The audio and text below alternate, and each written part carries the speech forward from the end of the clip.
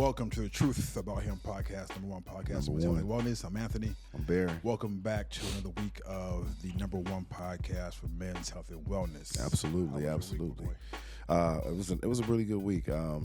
This is June, and June's Men's Mental Health Awareness Month. So June 1st hits. I take stock of like everything, and just very grateful and very present in the moment. So it's been a good week for me. But how's your week? This man is birthday week. Birthday month is also his month. So birthday year. Birthday year. For the whole year. Celebrate the whole year. Right? Damn. Okay. It was.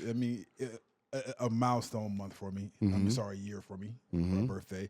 So today, as we shoot, my birthday was this week. Right. But if you're watching it was last week. Right. Okay. But So, to celebrate the whole year. Celebrate the whole year. But I turned 50 years old. Okay. The big 50. Oof. So so it's been. You know what? I went to sleep and woke up kind of like in a little bit of disbelief that I'm like 50, right? Mm-hmm. But really excited about it. Really grateful that I made it this far because a lot of guys didn't make it this far. A lot of right? they don't. They don't. So just wow, I'm 50 years old now. 50, so, yeah. And, So do you think like this is what 50 look like? So at 25, what do you think 50 look like versus now? So in what aspect? In general. In general, old. Right. Right. Old, right. But knowing that 50 is not old. 50 is old if you make it old, or if you live a lifestyle prior to 50. When you get there, you'll be old.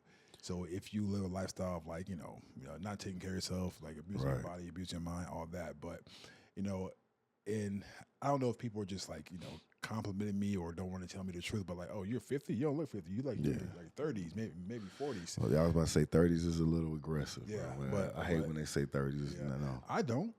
It's a little aggressive. Maybe for you. A little aggressive. But just knowing that I don't look or act.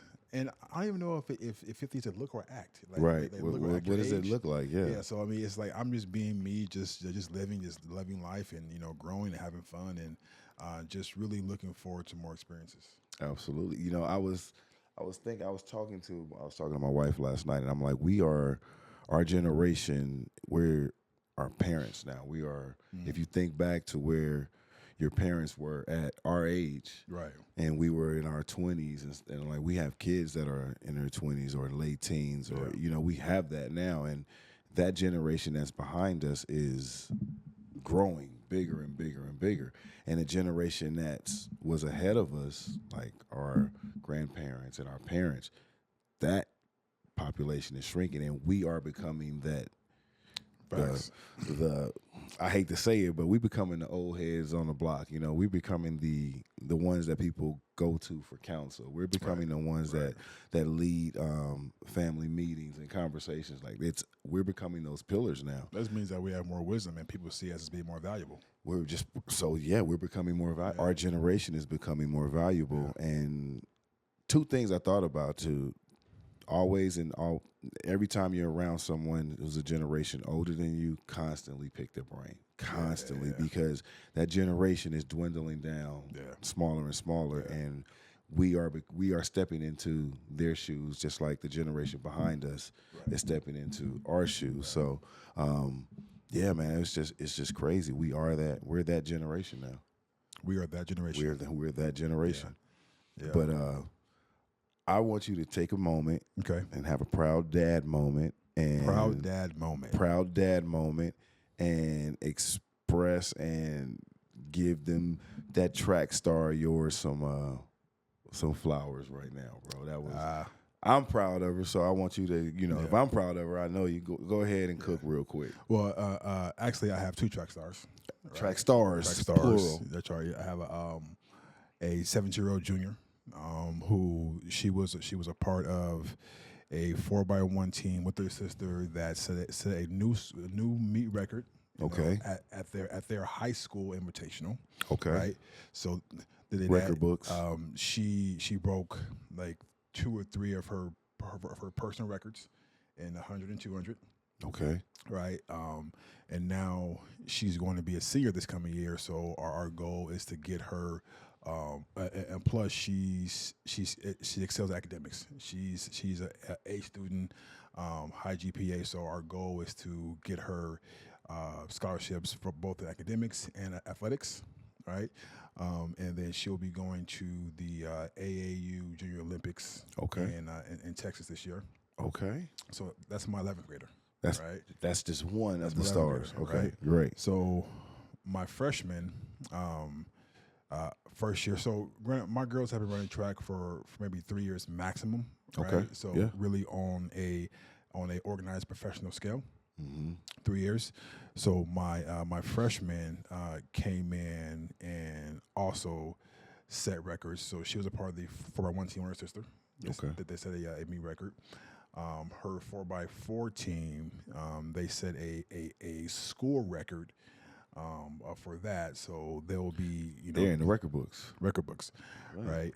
They made it all the way up to the California State semifinals. So we drove Way to Clovis, which is a feat. So it was the first time that their 4x4 team won in school history. Okay. Right. Another history book. Book. So I mean that in itself, and then in her 200 and her 400, she set personal records there as well, and she was named the first freshman in school history to receive the MVP for track. The first freshman in school history. So yeah, she's going down in the record books again. And just a freshman, right? And now myself, her sister. And her, we're going to the New Balance Invitationals in Philadelphia. Okay. So her is for freshmen. Wow. So her sister is not running. Her sister is going to coach her, help her stretch, and help her get ready. Right. Because she knows the regimen. Right. And you need that. You need that. Right. You need that. And yeah, man. And it's just a bunch of these are all freshmen from all the country. Wow. Right, all the country. So, wow. She's going exposure to compete, and she's like this close. Well, this close really? from setting a new school record at 400. Right. So she's super close. She's got 3 years to get that. Yeah, she's gonna get that. She'll get that by early next year. Yeah. Easy. So it's and like that's her ticket and my ticket to keep cash in my pocket for her to go to college, because if she gets to a certain level and she's getting there, then college for both of my girls will be paid for. Absolutely, it'll be absolutely nothing for them. Yeah, that's a goal. And then I had two girls who ran track prior in high school, and now they are getting back into it to start running for college now. So and then my son's going to join the range. So it's pretty iron exciting. sharpens iron. It's pretty exciting. So I'm excited. So those are my girls. So my birthday is June 1st and hers is June 4th. Right. I caught that. Yeah. Daddy's girl. I'm so sure. Yeah. So I'm definitely a girl dad. Absolutely. Yeah. You just gotta, like, at some point, do y'all ever celebrate them together? Let's just do one big birthday party. Right? Let's just do one party, all of us, and just because she's technically your eternal birthday present, if you think about it. Amen to that. Yep, that's your eternal birthday present. That's dope. From where like my family tells me, her sisters tell me, is like she's the one that's most like me, because she's makes so close. Sense. Yeah, makes sense. And then she's so athletic, and it's like, okay, but yeah, man, they're both doing well, and I'm excited to see what the future has for them. That's dope. Are you ever excited when they want to spend time with you? Oh, I mean, or surprised that they want to spend time with you? Surprised, I'm gonna say no. Okay. Because when they're here, when they're with me, it's just good times. Yeah. It's just good times, exciting times. It's just my only thing I'm not trying to, but want to do different is I want to spend time with them outside of just sports. Right. Yeah. So I've been doing like lunches and dinners, texting more, calling more, because it has to be sports is a good way to connect, but I want to create areas around that, right? So they can like come to me with anything. We can do anything together. Like we're going to the beach this Sunday for her birthday, and then I want to plan a trip to like Raising Waters, and just like talk and just just like really see where they are. But yes, so I mean I'll definitely let you know when we go to Raging Waters. We go every summer. Come, So let's plan together. I definitely, absolutely, Let's plan together. we got it. So yeah, it's they haven't great. been yet. Oh really? Yeah, they haven't been yet. Oh man. Oh, are they scary? Are they like scary cats? No, They like, not really. No, oh, so they. no. Okay. All right. I got it. So we got that. Usually around August. I got you. All right, let's do it. Got you. That's great. I get surprised sometimes. I jokingly give my daughter a hard time. You know, she's always been a daddy's girl, but I always give her a hard time as wanting to hang out and stuff like that. And so I'll test her. I'll say, I'm going to go do some things I know you don't want to do, boring stuff, right? Grown up stuff. You want to roll with? Yeah, I'll go. Yeah. Like, okay, cool, cool. And I'm always surprised, but she's like genuinely just in the presence, want to be there. You know, she's present, and I love that she's so present in our times that we spend together. She's actually she'll be at our event, Father's Day event. She took it upon herself to want to help out. Oh, she's going to be there volunteering for us. She's going to be there Okay. volunteering. Okay, So, love it. yeah, I don't think I had a choice. I think I was told. That's a blessing. I think I was told that she was going to be with me. So, and that's fine. I don't have a problem with that. But yeah, we have volunteers. So, yeah, she just wants to be a part, supportive. You've seen how she is. So she's just like, okay, it is Father's Day weekend. So I'm going to basically be with you. Okay. So I'm like, okay, then we ride. Right. But yeah, it's cool. Let's talk about Father's Day event that we got going on. Let's talk about it. Let's just talk about it real quick. Right? The truth about fathers. Why is it so important for fathers, men, period, to attend this event? What is it? What are we doing? So the event is, first question is like, what is it? So it's an event where we all come together as men, and we be there to support each other. Because there's a lot of times where we don't feel that we have the support that we not just need, but what we want at the time. So, you know, I've been in a place in my life where I was a bit scared to be vulnerable, a bit scared to be open, and not sure if I talked about how I felt, if I would be ridiculed or accepted or made fun of, right? Or really how I feel personally about that.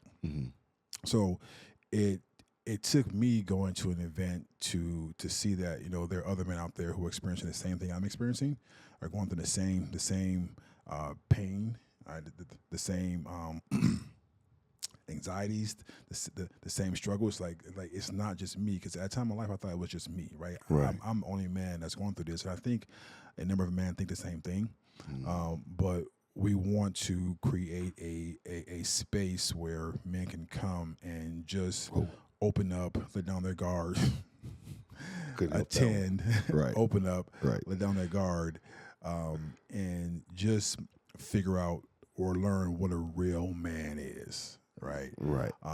And that's the event. And why? And why? Because I just think I know that when it comes to mental health and wellness, I know that we are bypassed or looked past or looked over. Right.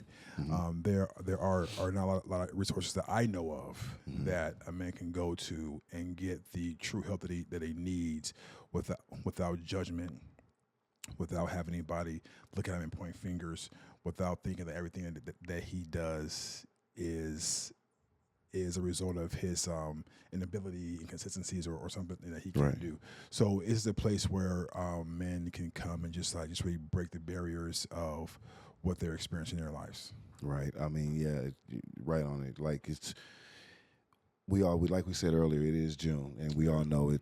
This is the reason why we do this, because it is June, and the focus is Men's Mental Health Awareness Month. So it makes sense for us to do it in June. It makes sense for us to do it on Father's Day weekend, so that we can honor fathers and we can honor men just in general who may have.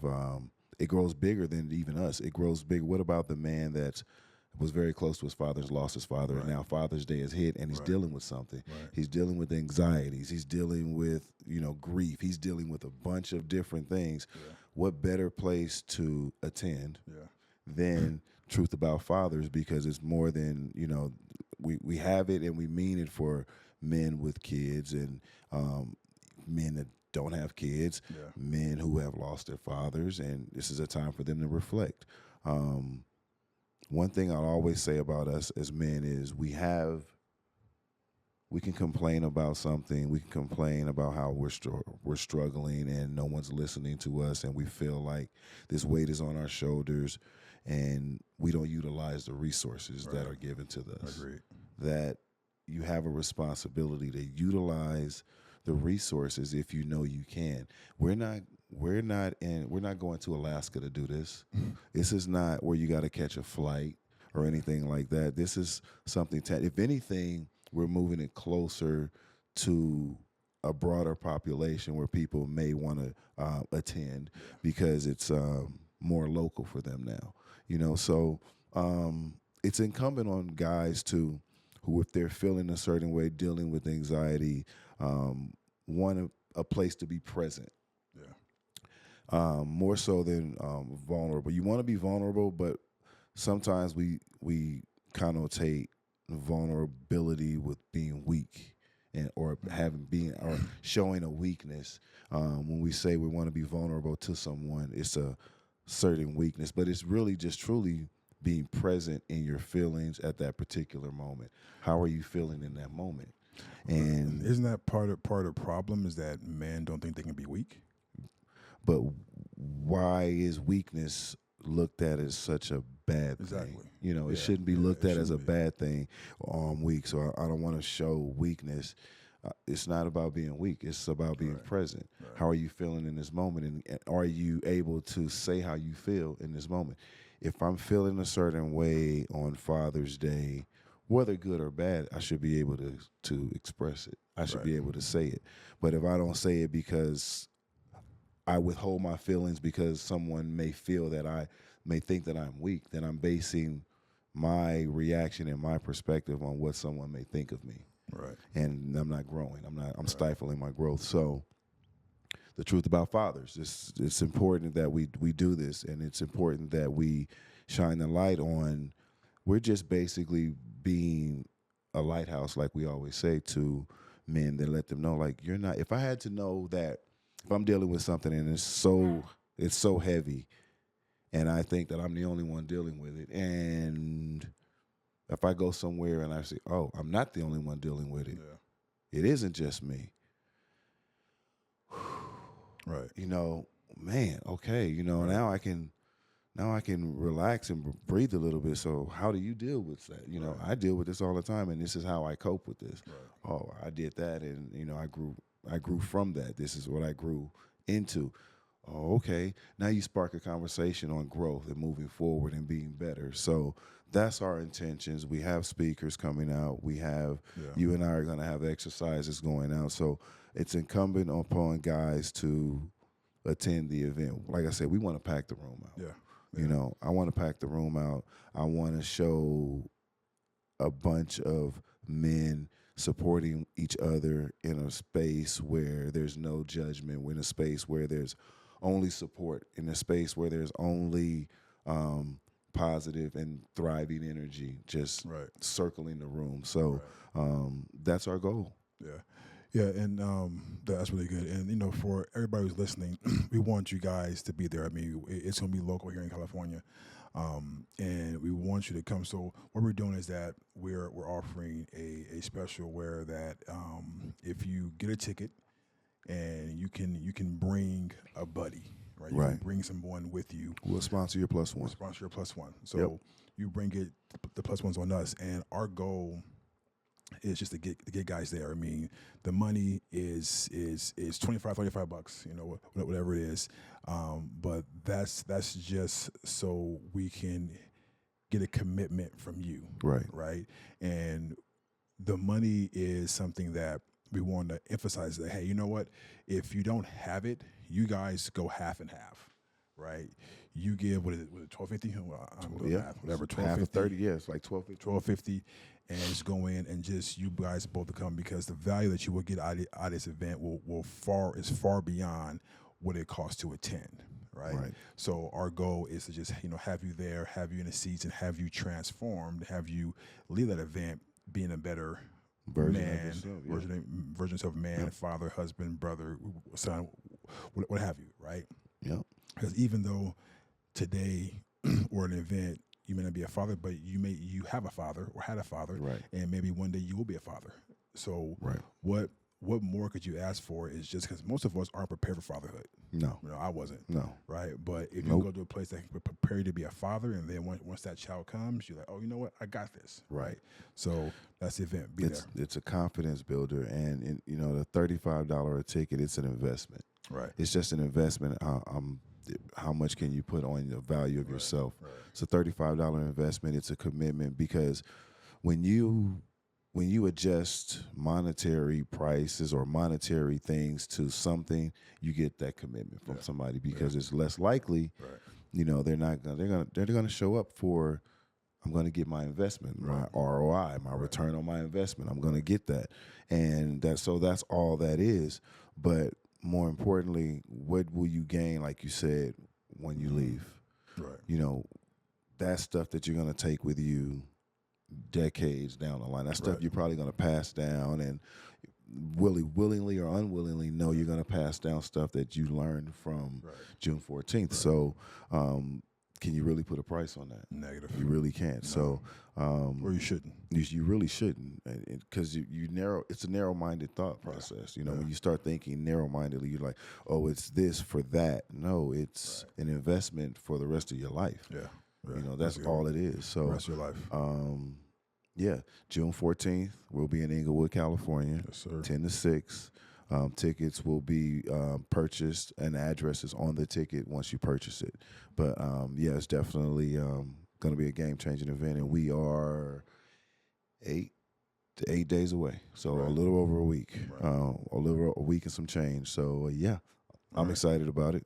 Let's go. Yeah, let's get it. Man.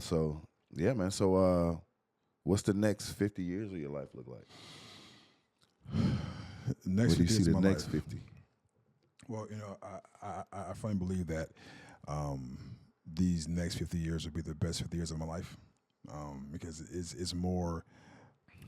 I think the first 50, the first like 45-ish, I was living my life not under my own choices. My life was dictated by the outcomes of the world and others' choices and what they did, what they said, and I was kind of like. I kind of like conformed to the world in a sense, right? Okay.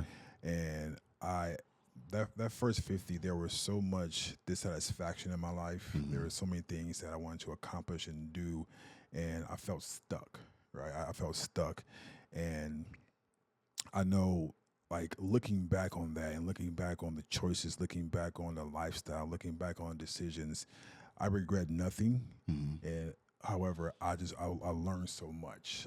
I learned how I can create a better quality of life if I wanted to create that, right? I learned that my quality of life before was 100% based on my choices, my decisions, and what I created, right? So this next 50 plus is that I am creating something that's really almost unimaginable, but I can see it, and it's more like being a man, being a father, and being a businessman, and just looking at so many things that I want to accomplish, that I want to help, and I want to walk others who are coming up behind me, who will be 50 eventually, showing them that, hey, you know what, if I can make it this far and I can learn so much, so can you. Right. Just because things don't work out, and things will never work out the way you want them to in life. Never, no matter how great your life is. There's always going to be a hurdle. There's always going to be something that keeps you from achieving your goals. But do you look at that as like a wall that you can't break through or go around? Or is it something that, I see it, what is this wall teaching me? Right. What is this hurdle teaching me? Because in everything you see, there's a lesson. Right. Right. And what's that lesson? So the next 50, bro, is going to be amazing. I'm excited. I'm eager. I want to get there now. But I know that there's a process and there's levels to this. Levels and there's an order for everything. So that's where I am. So what would you tell the perfect question? What would you tell the 40-year-old version of yourself? You now at 50. What would you now at 50? What would you tell the 40-year-old version of yourself? Embrace patience and enjoy the journey, right? Because the journey to where you want to be is it takes patience, right? And I would tell him that that your life in learning is a marathon that you sprint in every single day, right? Okay.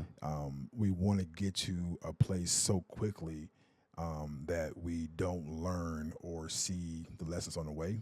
And when we get there, we wonder why it was so hard getting there. And we wonder why when we got there, it's not everything that we imagined it to be, right? So I would tell him just like, enjoy the journey, and be patient, and before you act, think, right?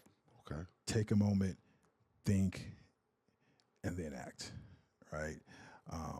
So that's what I'll tell him. Okay, so you've grown more patient and wiser in the last 10 years. I wouldn't say that I've grown more patient. I've learned to embrace the patience. Okay. Right. Like, because I want it now, right? Right. But I know that I have to embrace the patience and do things in order to actually get to where I want. Because the first part of my life was filled with disorder. There was so much disorder. I achieved certain goals, but those goals didn't last long. I went back. So it's like Big Luther, Small Luther, right? It's like he got small. First he was fat, right? Then he got small, got fat again, got small, got fat again. Right. It's because that if you don't learn the lessons along the way, you're going to go back to where you started. So, and really, if you take your time, be patient, and do it right, what you want, it will last longer, right? There won't be this fluctuation, this back and forth, this to and fro. And I had a lot of that. I was in my first 40 years. Okay. I had a bunch of that. Okay. Now, so we could go. This could be a whole little session, but so why do you think that you had to build the way you build the way you built before? Why you feel like you had to build it that way? Because I was living my life for what they call dogma, right? And dogma is living your life with the expectations of others, right? So others have these expectations of me, whether it be somebody I was talking to, whether it was society, whether it was the news. I was so influenced by outside sources, and I did things for immediate gratification, right? Okay. So I'm gonna do this because it's gonna fix my issue now. It's a Band-Aid versus taking my time, right? Right. So and I really didn't look at my life as what, this is where I'm going to be in 5 years, 10 years, 15 years. Like, what, I can do this now and get this now. I'm gonna do it now. What, I'm gonna do things. I'm gonna put my shit in the microwave. Right, let it cook versus putting it in a crock pot, where it tastes a whole lot better. Right, it's gonna last longer. It's more seasoning. It's more rich. Yeah. So it's like I live my life for immediate gratification, like the first 40 years, right? And now I'm learning that what, I'm gonna slow cook this bitch, and it's gonna taste better. It's more savory. I'm gonna enjoy it more. I can put it in the fridge. It's gonna be some leftovers. I can enjoy it for a while. So. And then you can take your time with it. Put some music on, see, put some love in it. Yeah. And I also know that life is short as well too. So you can't take unnecessary amount of time, and you still got to put in action every single day to get things done. Yeah. Because I look like these minutes, these hours, these days, these months, years, they go fast, right? They go fast. We're at the top of the mountain. Top of the mountain. Look on the other side of the mountain.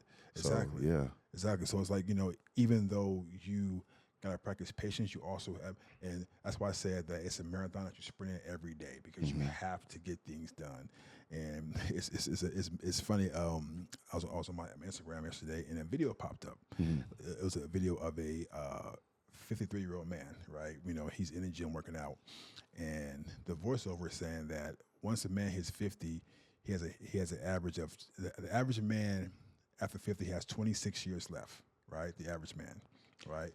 That's So, right. like, take care of yourself, do what you got to do because at 50, and again, I ain't the average man, Right. but just like the average man has that. So it's like now if you look at 50, right? 50, say you're going to 51, 52. If you look at it honestly, it's like, okay, you know what? I have more years behind me than ahead of me, right? So you really have to manage and your energy, manage what's around you, manage toxicity, manage people that are in your life because you don't have time for any of that BS anymore. No. Right? No. It's like no, like I can't do that because you know what? There are more years behind me than ahead of me. So it is important to realize where you are and knowing that your time here is limited, Right. and it doesn't matter how old you are, 50, 60, 70, 80, whatever, you can still achieve what you want to achieve, right? At 40, I think I was tripping more at 40 than 50. I'm like, I'm 40. I'm old. I haven't achieved any of my goals, right? And I went through. I think I went through my midlife crisis at 40. At 40. Right? And at 50, I'm like, you know what? Damn, you know what? I can still, in the next year or 2 years, 3 years, that I can achieve everything that I want to achieve. If I just buckle down, pursue it, and go for it. Right? Yep. Versus 40, I was tripping out, bro. Really? Tripping out. I'm about to die. Oh my God, I got time left. Oh no, I think I wasn't. I don't think I wasn't tripping at 40. I don't even remember how I was at 40. I think I was just so focused. Yeah. I had blinders on at 40, just trying to climb that ladder. Yeah. I couldn't see that, but it's a funny thing when you think like that. When you said when you look at 50 and you realize you only have 26. On average, man, yeah. on average, about 26 more years ahead of you than you have behind you, it should force you to kind of like, I would say, embrace patience, but it also move in confidence. Moving confidence. Move in confidence because you are. If we base our decisions on what we know at that particular moment in our life. We know more at 50 than we knew at 40. Yeah. We knew more at 50 than we knew at 20. So our decisions, we should make them with a little bit more confidence moving forward in life because we don't have time to waste.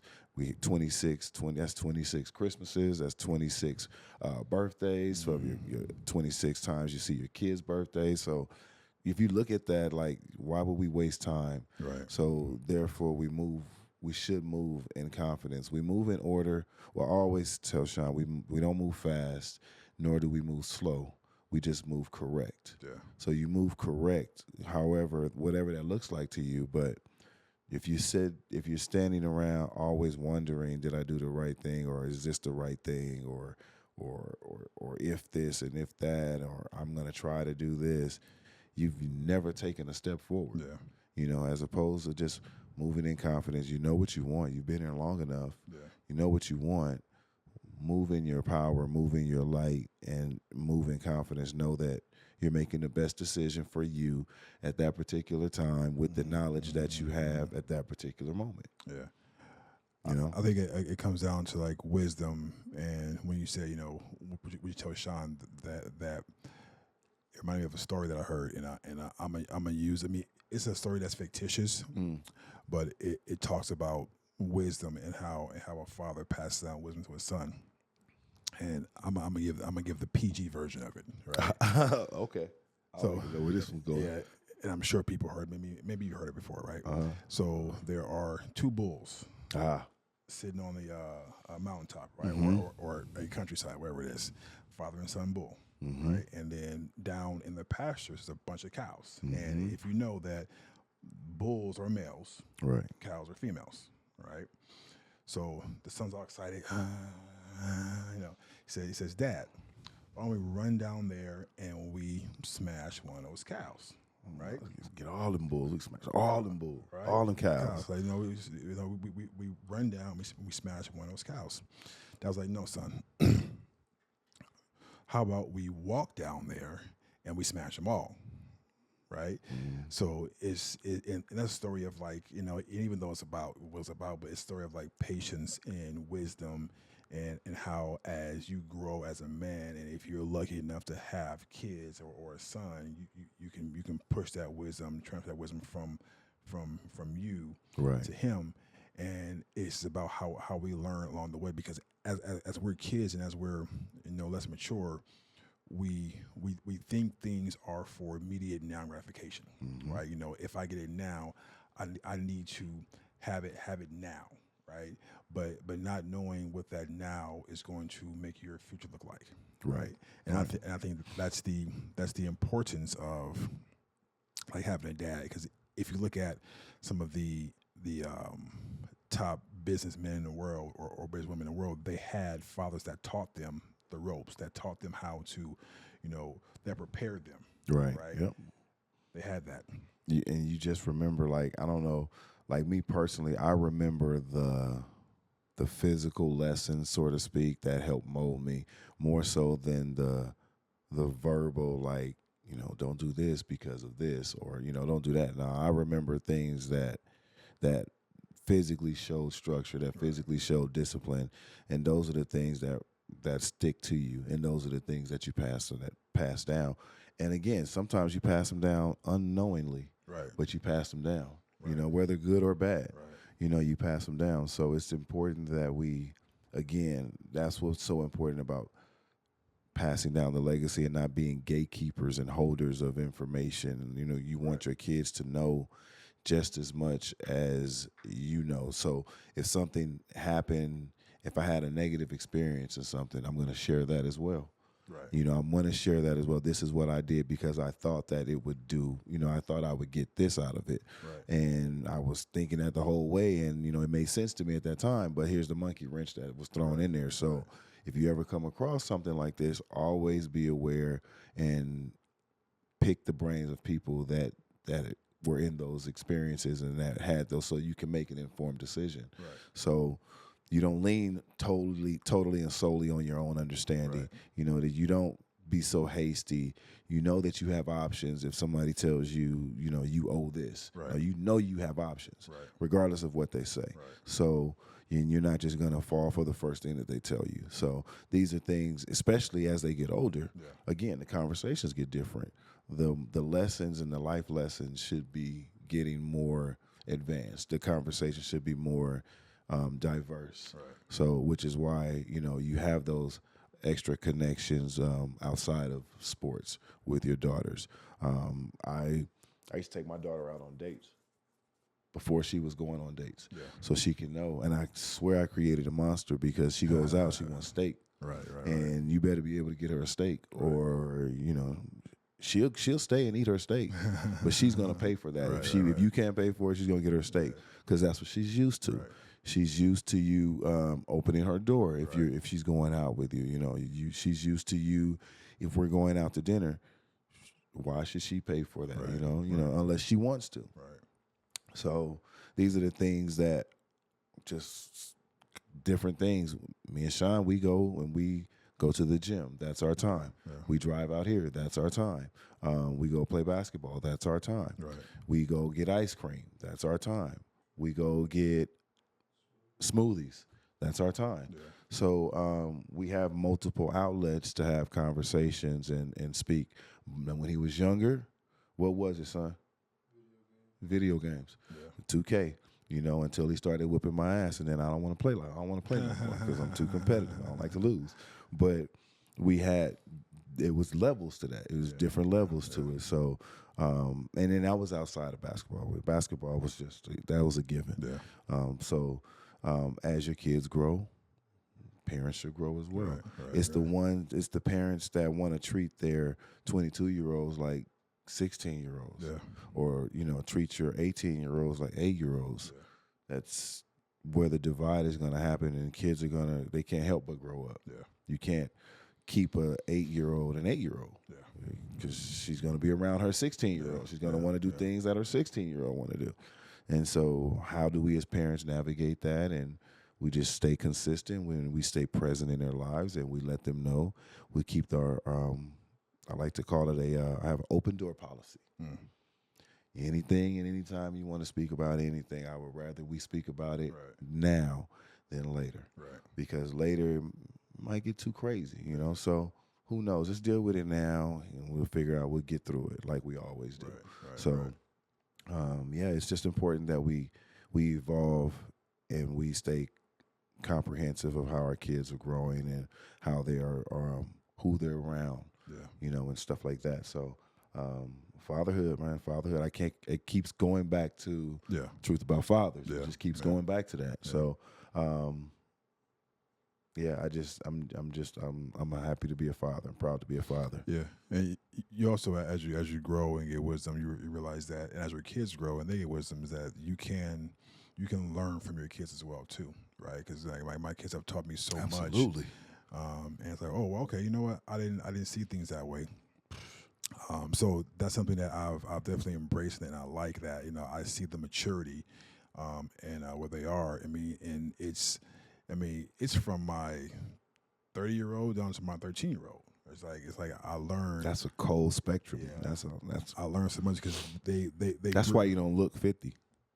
Because you got that spectrum of kids that keep you diverse and keep you current, and just going. Mm-hmm. But yeah, like even that, like, okay, you know what, I can, because I really stress the fact that just communicate your thoughts. Yeah. Use your words, right? Mm-hmm. Because I had to learn how to do that. Because for me growing up, I didn't talk much, didn't express myself much. I was more like, I'm going to internalize everything, right? Because it's like I don't know what to say. And now, as a father with kids, it's like that's how I express it. I'm like, hey, you know what, use your words.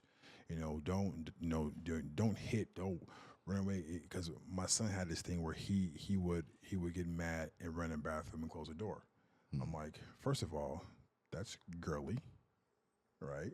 True. I go in and open the door and you're going to use your words. Right. You're going to express yourself because that's what you're supposed to do, especially as a man. Right. You don't run and close the door and pretend like, you know what, I'm gonna close the door and everything's gonna go away. I'm gonna shut everything out. When I come out, everything's gonna be fine. No, it's not. It's false sense of reality. You're going to do that all your life, and physically, emotionally, and spiritually, right? You're going to start going from physical closed doors to emotional closed doors, right? Mm-hmm. So you have to learn how to use your words. I tell my girls the same thing, open your mouth and use your words. Express to people how you feel, and you will be amazed what changes when you express yourself. Because most of the time, sometimes what someone does to you is not done purposely. Right. They didn't intentionally set out to hurt you. Right. There was some breakdown in communication, or you heard something wrong. They said something, something happened, right? And if you communicate, use your words, say, oh, you know what? That's what happened, man. I was tripping. Right. There was this I forget the guy's name, but there's some comedians that they did this skit on how communication is so broken down, right? Mm-hmm. And they were texting, and one guy was like, you know what? Hey, you know what? I missed you last night. You said you were going to show up. He's like, yeah, hey, bro, I missed you last night. You should. Okay, it's cool, whatever, right? Right. And then on your end, he's like, whatever. Context. What you mean? What you mean? Whatever. And I was like, yeah, bro. It's it just like what he was saying is like one guy was just like talking normal, mm-hmm. And he was like happy. The other guy who was receiving, he thought he was being a smart ass, mm-hmm. and he was like, well, you know what? Come right now. I'm on my way. He thinks it's gonna be a fight or something, right? But it's like it's not. But it's just the communication that happens where people misunderstand, or they're seeing things from their already wounded mentality or position, right? So I teach my kids just use your words. Yeah, right. Just articulate. Just be able to express yourself, because that's what separates us from animals. Right. You know, that's Right. what separates us from animals. Our ability to be able to articulate ourselves in a way where, yes, I'm angry. I may be angry as hell right now, but my words can reflect that. I Right. don't have to Right. physically, Right. if you hit an animal, natural reaction, it's Right. gonna hit you back, slap you back. It's Right. an animal. Right. That's what separates us from that. So, if that's the thing that separates us, and we're all created by God and in His image, why wouldn't we utilize the one thing that separates us from animals? Like, use your brain, because until you're able to, if somebody was to say your brain dead, and you don't have the ability to just sit there and drool all day and just stare at a wall, that's fucked up. People just say, just kill me. Right. So if it's that powerful, then use the tools that you use every day in difficult situations. Use it all the time. Right. Exhaust it, because that's what it's there for. Did you see that?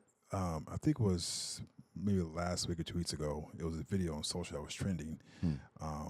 It was this Southside Chicago, right? Chicago, Southside, right? Oh. This guy was at a BP gas station, right? And he was behind a lady who was buying, I guess she was buying some smokes, whatever, right?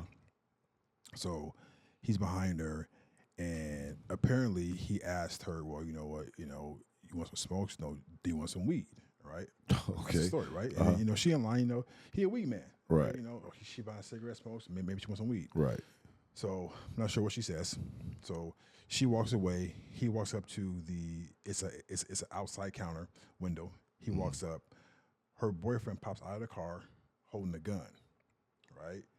And they talking back and forth. He like, oh, bro, I'm not sure what he said.